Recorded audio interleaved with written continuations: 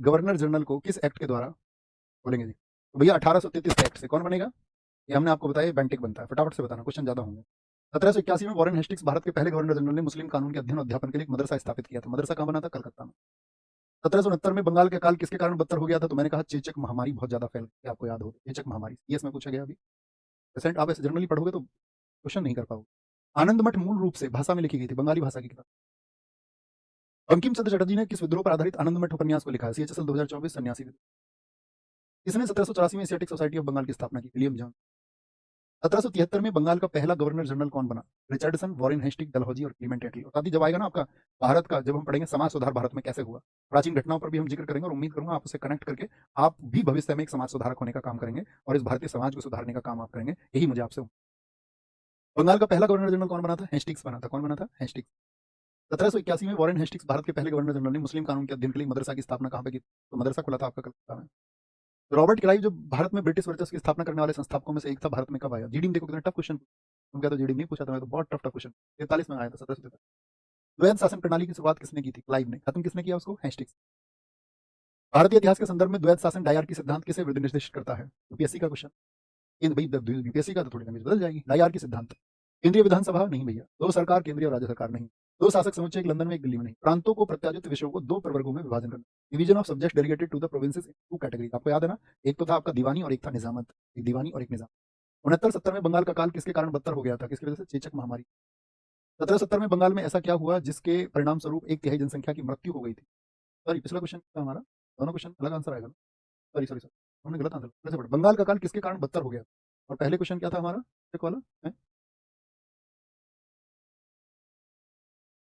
बंगाल का काल किसके कारण बदतर हो गया था? हाँ ठीक है, सेम ही क्वेश्चन, अलग है। आगे आएंगे, नेक्स्ट आगे आगे। 1770 के बंगाल में ऐसा क्या हुआ था जिसके परिणाम स्वरूप एक तिहाई जनसंख्या की मृत्यु हो गई थी? अकाल। अकाल हुआ था। वन थर्ड, याद है ना? वन थर्ड, 1 करोड़ लोग। निम्नलिखित घटनाओं को सर्वप्रथम से शुरू करके कालक्रमानुसार व्यवस्थित कीजिए। सर्वोच्च न्यायालय की स्थापना 1774 में हुई। वॉरेन हास्टिंग्स के विरुद्ध हाउस ऑफ कॉमन्स में तो ये कब गया था वापस? 1772 से 85, इसके खिलाफ बर्क ने मुकदमा चलाया 1785 में।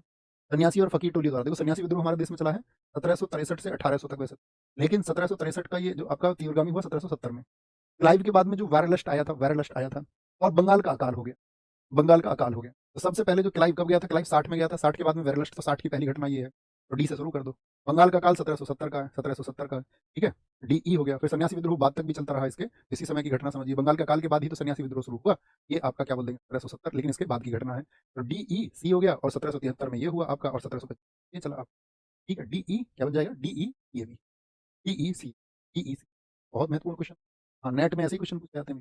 नेट परीक्षा तो ऐसा ही पूछ। 1780 में द बंगाल गजट नाम से भारत में पहला समाचार पत्र जेम्स हेकी, जेम्स अगस्टस हेकी। कार्नवालिस द्वारा राजस्व संग्रहण के संदर्भ में निम्नलिखित कथनों पर विचार करें। राजस्व संग्रहण के रैयतवाड़ी बंदोबस्त के अधीन किसानों फसल खरीद होने या प्राकृतिक आपदाओं जैसी स्थिति में राजस्व भुगतान में छूट देते थे। ये तो भैया छीन लेते थे। इनके इनके तो ऐसा स्वभाव नहीं था कि किसी के आंसुओं को देख पाए या उससे दयावान हो पाए ना।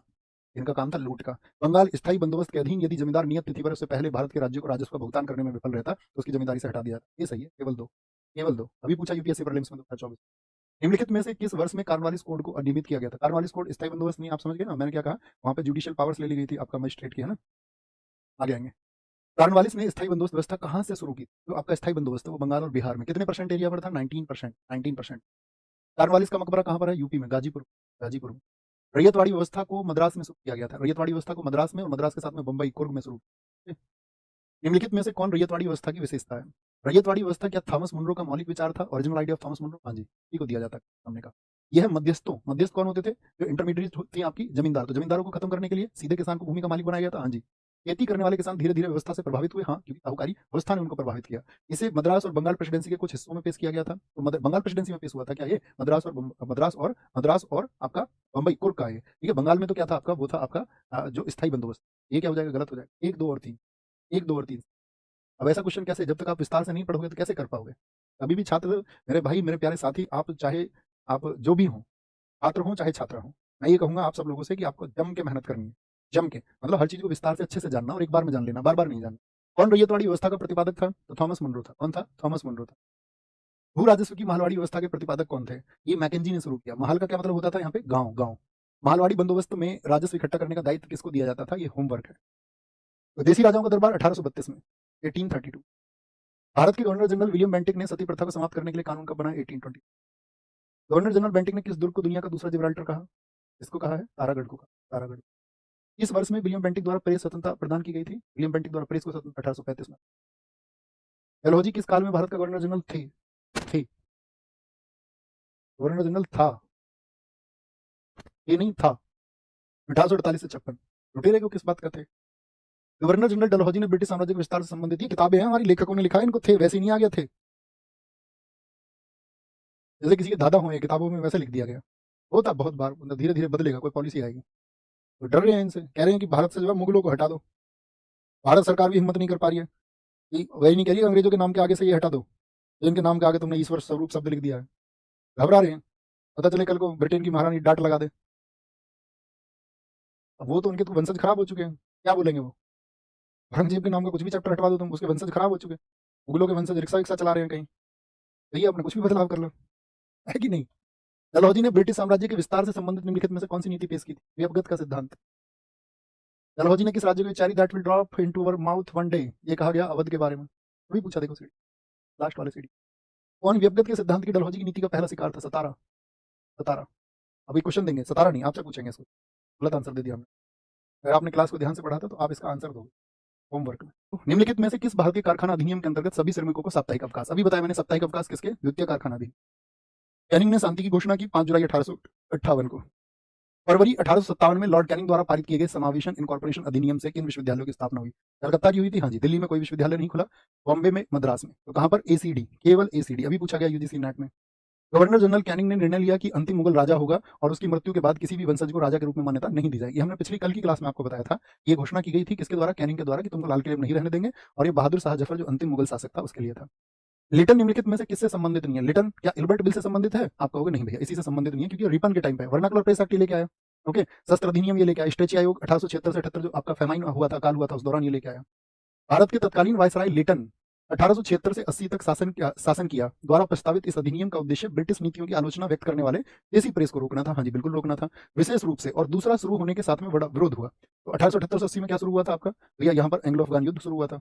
एंग्लो अफगान युद्ध, पुर्तगाली अफगानी, एंग्लो मैसूर नहीं, ये सब पढ़ा चुके हैं। तो अभी देखिए कितना जबरदस्त क्वेश्चन है यार, टीडी में, सीजीएल में भी उस तरह का क्वेश्चन नहीं पूछा जाता है ना, कितना जबरदस्त है। तो इसलिए मैं तुमसे कहता हूँ कि आप तैयारी के लिए मत समझना जीडी तो है भाई, हल्का सा पेपर है। सीजीएल बहुत टफ है। आप एक आपका ऐसे समझिए कि संभाव से तैयारी करिए, तभी परीक्षाओं के लिए अच्छे से, हर एग्जाम में अच्छे क्वेश्चन भी और हल्के क्वेश्चन भी पूछे जाते हैं। 1870 में लिटन ने भारत को स्वीकार करने के लिए किसको? विक्टोरिया को। किसको? विक्टोरिया को। ओके, कौन सी घटना वायसराय लॉर्ड लिटन के दौरान में हुई थी? किसके? इनसे मैंने मना कर रखा है, इनको नहीं लिखना है, फिर भी लिख देते हैं। क्या बोलेंगे? आपका कौन सी घटना वायसराय लिटन के दौरान नहीं घटी थी? बताओ जी। शस्त्र अधिनियम इसके दौरान था, प्रेस अधिनियम, बर्मा युद्ध, या आपका अफगान युद्ध। तो बर्मा युद्ध इसके समय पर घटा, आपका बर्मा युद्ध नहीं घटा इसके समय, सॉरी अफगान युद्ध घटा ना इसके टाइम पर, अफगान द्वितीय अफगान युद्ध। शस्त्र अधिनियम या प्रेस आया, लेकिन बर्मा युद्ध इसके टाइम पर नहीं हुआ। आंगल म्यांमार युद्ध हम आपको बता चुके थे। 1870 में दिल्ली में महारानी विक्टोरिया की ओर से उद्घोषणा पढ़ी, किसने पढ़ी थी भैया? आपका ये पढ़ी थी कर्जन ने, लिटन ने पढ़ी थी, या एल्गिन ने पढ़ी थी? 1877 में। तो 77 में दिल्ली दरबार किसके टाइम पर लगा था? लिटन के टाइम पर लगा था, लिटन के टाइम पर लगा था। प्रभावित राष्ट्रीय प्रेस अधिनियम का उद्देश्य स्थानीय प्रेस को ब्रिटिश नीतियों की आलोचना व्यक्त करने से रोकना था। किसका काम था ये? लिटन ने ये रोक लगाई, लिटन ने। इसने रिपन को भारत का उद्धारक कहा और उसके शासनकाल को भारत में स्वर्ण युग का आरंभ कहा। तो स्वर्ण युग का आरंभ किसने कहा है? आपका वो फ्लोरेंस नाइटिंगेल ने कहा है। रिपन द्वारा शिक्षा सुधार के लिए हंटर आयोग की नियुक्ति किस वर्ष में की गई थी? तो हंटर आयोग 1882 में। इसलिए आप कहेंगे भैया चार्ल्स वुड की समीक्षा के लिए। ओके, चार्ल्स वुड की समीक्षा के लिए। भैया क्वेश्चन नंबर 8 में एक बार देखिए, क्या हो गया 8 में? ठीक है, इस गवर्नर जनरल को भारत में स्थानीय स्वशासन का जनक कहा जाता है, स्थानीय स्वशासन का। तो स्थानीय स्वशासन का जनक कौन है? आपका रिपन है, रिपन। बताओ जी, वायसराय के कार्यकाल के दौरान वर्नाकुलर प्रेस एक्ट को निरस्त कर दिया गया। किसके टाइम पे? रिपन के टाइम पे निरस्त पूछ रहा है एग्जाम में। देखो कभी कभी हम जल्दी करते हैं, वर्नाकुलर प्रेस एक्ट पढ़ा और ऑप्शन में लिटन होता, बहुत सारे उसको लगा लेते हैं। तो हमेशा क्वेश्चन को कंप्लीट पढ़ना पूरा, है ना? वो तो फिर तुम्हारा लक होता है कि भैया एग्जाम पर जो आपका ऑप्शन लिखे हुए हैं, ऑप्शन में कहीं पर भी लिटन नहीं है, तो तब तुम ढूंढोगे। ठीक है, एल्बर्ट बिल, इनका नाम कहीं भी दिखे आपको काट लिया करो आप मन में, 1-2 बार तो लिख के काटो, है ना? एल्बर्ट बिल जिसने 1883 में पेश किया गया था, किस विकल्प से संबंधित था? ये आपको बताना है। ये आपका होमवर्क का क्वेश्चन है, उम्मीद करूंगा आपने ध्यान से पढ़ा होगा। और